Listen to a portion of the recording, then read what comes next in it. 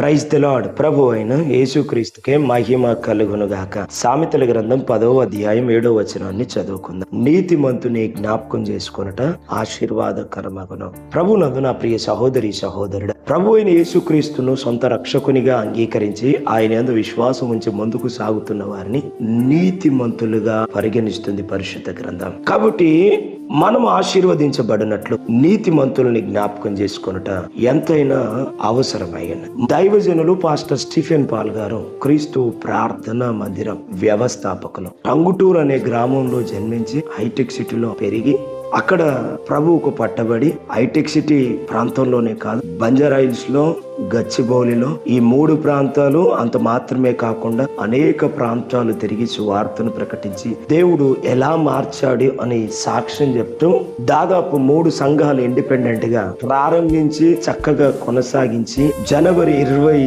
2023 ప్రభువు నందు నిద్రించారు ఒక యాక్సిడెంట్ లో. ఆయన దేవుని యుద్ధకు రాకముందు ఎంత దయనీయమైన పరిస్థితి ఉంది. ఆయన దేవుని యుద్ధకు వచ్చిన తర్వాత ఎంత దీవించబడ్డాడు, ఎంతగా ఆయన ద్వారా అనేక మంది దీవించబడ్డారు. ఆలోచన చేస్తే మనం కూడా దీవించబడ్డాం. చాలా మంది అనుకుంటారు ఆయన మరణించాడు ఇంకేం దీవెనా అని అనుకుంటారు. అలా అనుకుంటే ప్రభు అయిన యేసుక్రీస్తును కలువరి సిలువలో అన్యాయంగా చంపారు. 12 మంది శిష్యులు కూడా అన్యాయంగా చంపబడ్డారు, హతసాక్షులుగా మార్చబడ్డారు.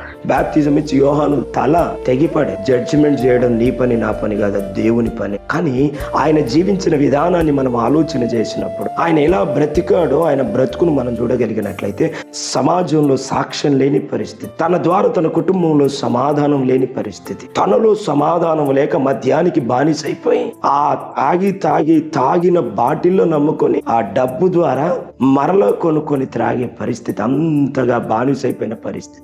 ఎక్కడైతే సమాధానము లేక, ఎక్కడైతే సాక్ష్యం లేని స్థితిలో ఉండేవాడో అక్కడే ప్రభు అయిన యేసుక్రీస్తును సొంత రక్షకునిగా అంగీకరించిన తర్వాత ఇంత గొప్పవాడయ్యాడే అని దూషించిన వారే, ద్వేషించిన వారే ఆయన ఎద్దుకు నడిపించబడి ఆయన ద్వారా దీవించబడ్డవారు లేకపోలేదు. ప్రభు అయిన యేసుక్రీస్తునందు లేకపోతే దరిద్రమైన బ్రతుకును జీవించాడు. ప్రభు అయిన యేసుక్రీస్తును కలిగిన తర్వాత గొప్పవాడయ్యాడు. చక్కగా ఒక ఇల్లు నిర్మించాడు, సంఘాన్ని కట్టాడు, దేవుని పనిలో, దేవుని ప్రణాళికలో ముందుకు సాగాడు.